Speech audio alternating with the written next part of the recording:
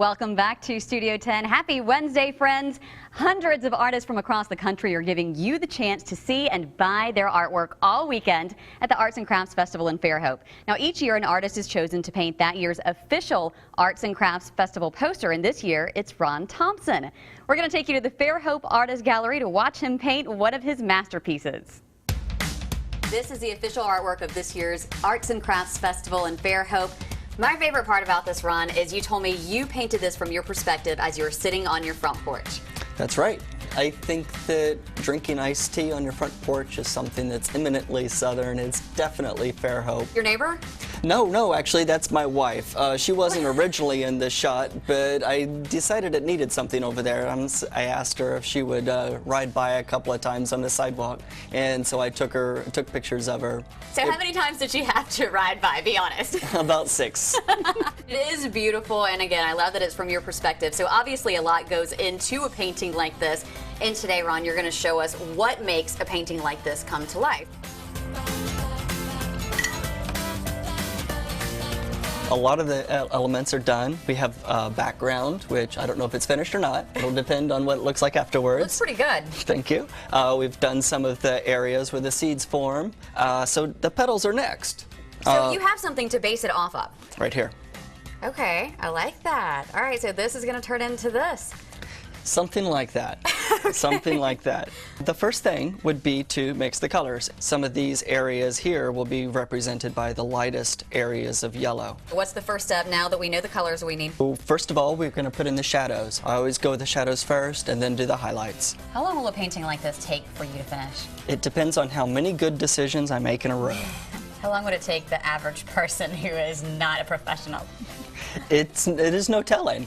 You can't ever finish a painting. You can only work on it till it starts getting worse. So now we're to these petals right here. You want to try your hand at this? Sure.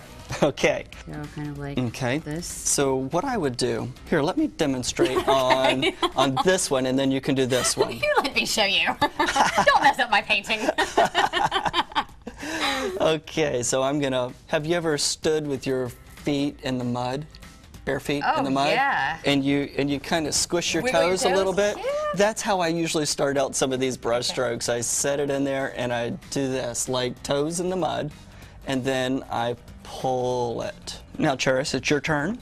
Okay. No. No.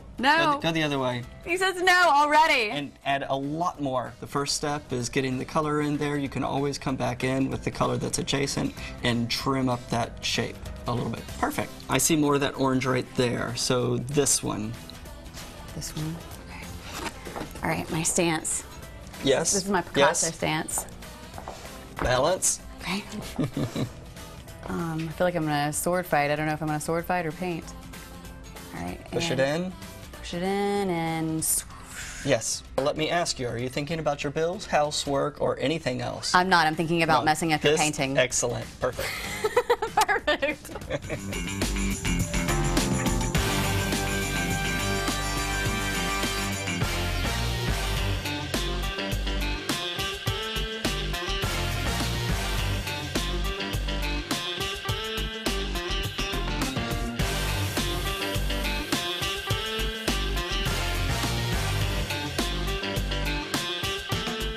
Very nice. All right.